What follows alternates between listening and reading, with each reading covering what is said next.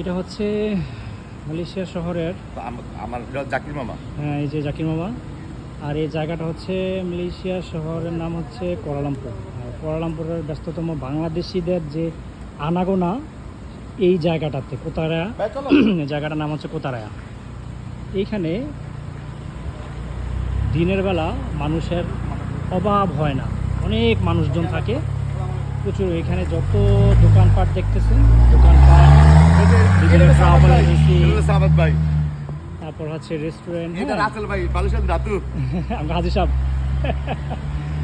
সব হচ্ছে বাংলাদেশিদের।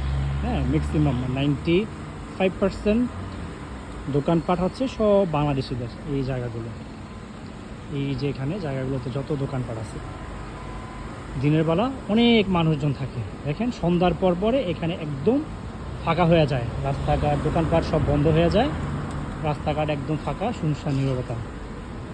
হ্যাঁ, এই যে হচ্ছে বাংলাদেশিদের খুবই পরিচিত একটি জায়গা, কোতারায়া নামক একটি জায়গা আর কি। আজকে হঠাৎ করে এই জায়গাতে আসলাম। আমার এক বড় ভাইয়ের দোকান আছে এখানে, রেস্টুরেন্ট, তার দোকানে খাইতে আসছি। তো আসার পরে ভাবলাম যে একটা ছোটোখাটো একটা ভিডিও করি আপনাদের সাথে শেয়ার করার জন্য।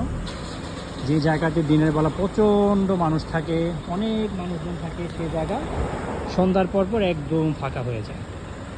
দেখতে পাচ্ছেন এখানে যে ন্যাশনাল ব্যাংক আছে, হ্যাঁ, তারপরে ওই পাশে সিটি ব্যাংক আছে, হ্যাঁ, তারপরে আরও দুই একটা ব্যাংক আছে বাংলাদেশে। আচ্ছা, ঠিক আছে, ভালো থাকবেন সবাই।